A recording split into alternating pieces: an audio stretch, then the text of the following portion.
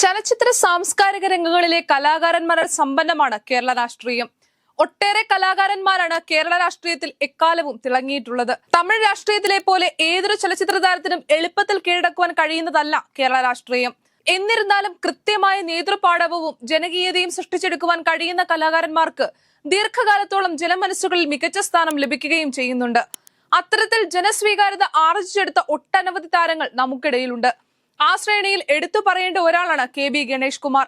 കേരള രാഷ്ട്രീയത്തിലെ ശ്രദ്ധിക്കപ്പെട്ട നേതാക്കളിൽ ഒരാളായ R ബാലകൃഷ്ണപിള്ള എന്ന പിതാവിന്റെ തഴമ്പിലല്ല ഗണേഷ് കുമാർ കേരള രാഷ്ട്രീയത്തിൽ വളർന്നത്. എന്നും എക്കാലവും ഓർമ്മിച്ചെടുക്കുവാൻ കഴിയുന്ന ഒരുപിടി മനോഹര ചലച്ചിത്രങ്ങളിലൂടെ ഒരു കാലത്ത് തിളങ്ങി നിന്ന ആളായിരുന്നു ഗണേഷ് കുമാർ. പിതാവിന്റെ സ്വീകാര്യതയിൽ ഓരം ചേർന്ന് നിലകൊള്ളാതെ തന്റെ നിലപാടുകളും അഭിപ്രായങ്ങളും സ്വയം കേരള രാഷ്ട്രീയത്തിൽ വിസ്ഫോടനം സൃഷ്ടിച്ച നേതാവാണ് ഗണേഷ് കുമാർ. തുടർച്ചയായി 5 തവണയാണ് പത്തനാപുരത്ത് നിന്ന് ഗണേഷ് കുമാർ നിയമസഭയിലേക്ക് എത്തിയത്. കഴിഞ്ഞ തവണ കോൺഗ്രസ് സ്ഥാനാർത്ഥി ജ്യോതികുമാർ ചാമക്കാലയെ 14,302 വോട്ടിന് പരാജയപ്പെടുത്തിയാണ് സിറ്റിംഗ് MLA ഗണേഷ് മണ്ഡലം നിലനിർത്തിയത്.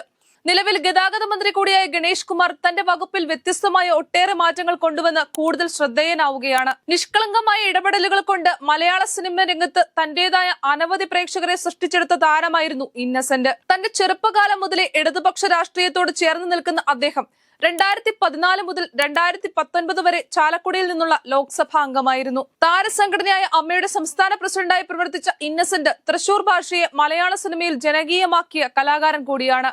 പ്രത്യേക തരത്തിലുള്ള ശരീരഭാഷയും തൃശൂർ ശൈലിയിലുള്ള സംഭാഷണവും അദ്ദേഹത്തിന്റെ സവിശേഷതയാണ്. അതൊക്കെ കേരള രാഷ്ട്രീയത്തിലും ഏറെ ശ്രദ്ധിക്കപ്പെട്ട ഒരാളായി അദ്ദേഹത്തെ മാറ്റി. ഇപ്പോൾ തൃശൂരിലെ MP ആയ സുരേഷ് ഗോപിയാണ് രാഷ്ട്രീയ രംഗത്തെ മറ്റൊരു താരം.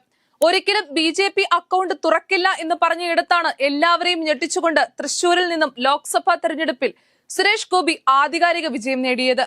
കോൺഗ്രസിന്റെ സിറ്റിംഗ് മണ്ഡലത്തിൽ അവരെ 3ാം സ്ഥാനത്തേക്ക് പിന്തള്ളിയായിരുന്നു സുരേഷ് ഗോപിയുടെ വിജയം. മുൻപ് തൃശൂർ നിയമസഭാ മണ്ഡലത്തിലും സുരേഷ് ഗോപി പോരാട്ടത്തിന് ഇറങ്ങിയിരുന്നു.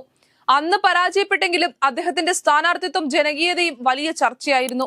കേരളത്തിൽ ഇതുവരെ ഒരു സീറ്റ് പോലും ലഭിക്കാതിരുന്ന BJPയുടെ ആദ്യത്തെ MP എന്ന പദവി കൂടിയാണ് സുരേഷ് ഗോപിക്ക് ലഭിച്ചത്.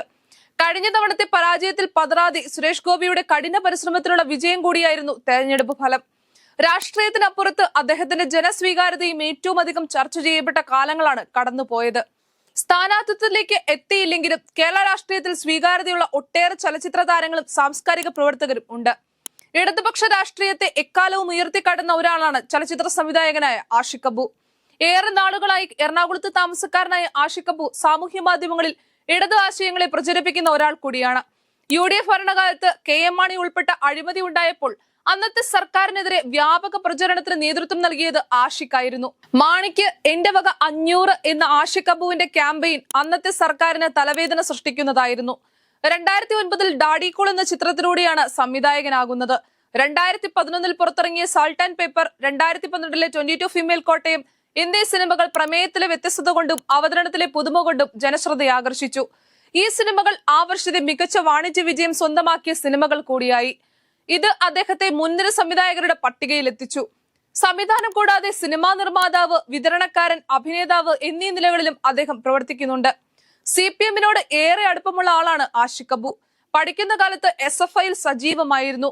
CPM സംസ്ഥാന സമ്മേളനത്തിന്റെ ഉദ്ഘാടന സമ്മേളനത്തിലും ആഷിഖ് അബുവിന് ക്ഷണമുണ്ടായിരുന്നു. ഈ ആഷിഖ് അബുവിനെ വരുന്ന തെരഞ്ഞെടുപ്പിൽ എറണാകുളത്തെ ഏതെങ്കിലും മണ്ഡലത്തിൽ നിന്നും മത്സരിപ്പിക്കുവാനുള്ള ആലോചനകളും തകൃതിയായി നടക്കുന്നുണ്ട്. ചെറുപ്പവും ചലച്ചിത്ര സാംസ്കാരിക രംഗങ്ങളിലെ സ്വീകാര്യതയുമാണ് ആഷിഖിനെ പരിഗണിക്കുന്നതിന്റെ അടിസ്ഥാന കാരണങ്ങൾ.